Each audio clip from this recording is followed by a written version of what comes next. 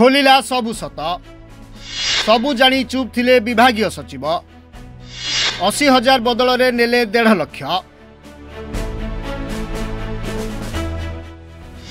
Vigilance तो तदंत चलाई किंतु जालियातीर प्रमाण एबे हाथ रे लगी।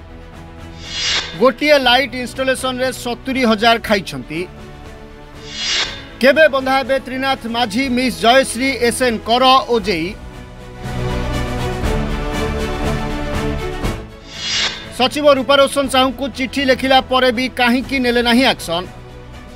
लगुछि एमाने तो टंका चलू करिबारे जेमिति पीएचडी करिसेंती।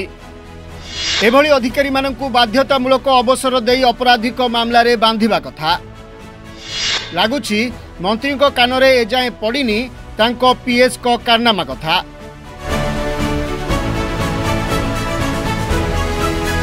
मालकानगिरी रे सोलार हाईमैक्स लाइट लगाइबा पछरे 50 लाख टंका दुर्नीतिर प्रमाण एबे आम हाथ रे लागिछि। टिके देखंतु एही एस्टिमेट को।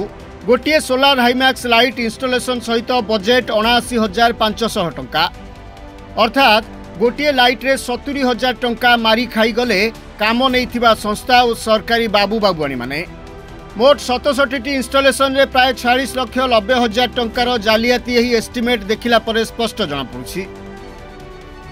सेपटे विजिलेंस रे अभियोग परे विभाग तार तदंत जारी रखिछि। किंतु एबे प्रश्न उठुछि 17/5/2023 रे प्रदीप माझी विभागीय सचिव श्रीमती रूपारोशन साहू को चिठी लिखि ए विषय रे संपूर्ण भाव में अवगत कराइथिले। किंतु काहे कि केजानी से समय रे सबु जानी मध्य चुप रहिले सचिव। एहा परे आसीबा एही जालियातीर मास्टरमाइंड कुहा जाउथिबा त्रिनाथ माझी को विषय को। एही जालियातीर सबु तथ्य मिलिबा परे मध्य मंत्री को कानकु एजाए कथा जाई नाही केमिति ना मंत्री भी सबु जानी सुनी निज पीएस बोली कथा को चापिबाकू चेष्टा चलाइछंती ताहा मध्य संदेह। केवल देखिबाकू बाकी रहिला सरकारी अर्थ हेरफेर और विभाग सह राज्यवासी को धोखा देइथिबा ही अधिकारी मानक विरुद्ध रे कोन कार्यानुष्ठान ग्रहण करा जाउछि। Bureau report, reporters today.